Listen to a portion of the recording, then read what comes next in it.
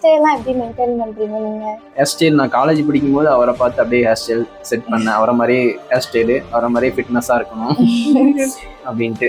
அதனாலதான் வந்து அவரை மாதிரி இருக்கீங்க, லைட்டா அவரை மாதிரி இருக்கீங்கன்னு எல்லாரும் சொல்லுவாங்க. லைட்டா இல்ல, அவ்வளவு இருக்கீங்க. நீங்க 2 பேரும் ஓகே. ஃபர்ஸ்ட் நமக்கும் சினிமாவுக்கு போகணும்னு ஆசை இருந்துச்சு, நடிக்க போகணுன்ட்டு காலேஜ் படிக்கிற டைம்ல.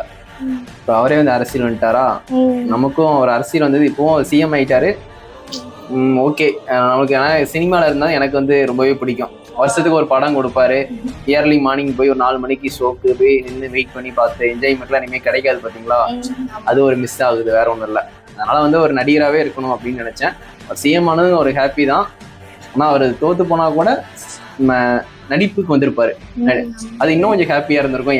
என்னை பொறுத்தே சொல்கிறேன், எனக்கு வந்து ஒரு ஸ்டாராக பார்க்கணும், ஒரு ஸ்க்ரீனில் ஒரு ஆக்ஷன் ஹீரோவாக பார்க்கணும். இதுக்கப்புறம் பார்க்க முடியாதுல்ல, அதான் வந்து கொஞ்சம் கஷ்டமா. அவரோட ஒரே ஒரு படம் மட்டும் ரிலீஸ் ஆகல, ஜனநாயகன் மட்டும். அது எல்லாமே லீக் ஆயிருச்சு, பாத்திருப்பீங்களா? லீக் ஆயிருச்சு படம். நீங்க இன்னும் பார்க்கலையா? படம் ரிலீஸ் பண்ற மாதிரி நாங்களும் பார்த்துட்டோம். எல்லாருமே நிறைய பேர் போனுக்கு வந்துருச்சு.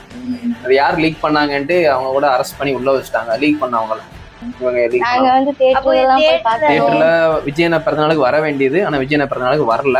அதனால படம் எப்போ வரும்னு தெரியல. ஜனநாயகன் எல்லாருமே என்கிட்ட கடைக்கு வரவங்க எல்லாம் இதான் கேக்குறாங்க, ஜனநாயகன் படம் எப்போ வரும் அப்படின்ட்டு தெரியல. சரி, பார்ப்போம். சரி.